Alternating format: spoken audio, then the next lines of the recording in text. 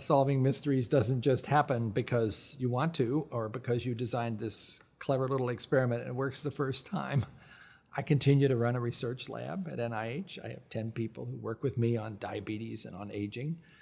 And as I could say has been true for my entire research career, about 95% of the experiments we do are total failures.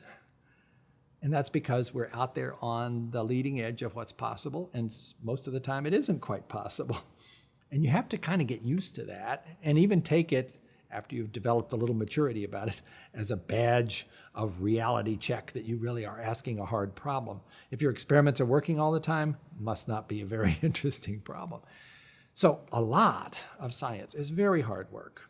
And yes, there's a lot of disappointment. And that was tough for me when I first moved into experimental science and sort of attached my own sense of personal worth to whether the experiment had worked or not. And since most of the time it didn't, I was beginning to wonder, what's wrong with me?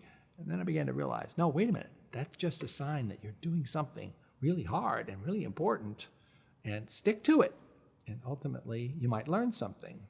And so when you have those moments, and they don't come along all the time, where something does work, and you get an insight into how life works or how disease happens that nobody else knew before, that is not a moment that you can possibly step away from without being affected. And that keeps you going. And that says, okay, I'm in it. I'm ready for the next one.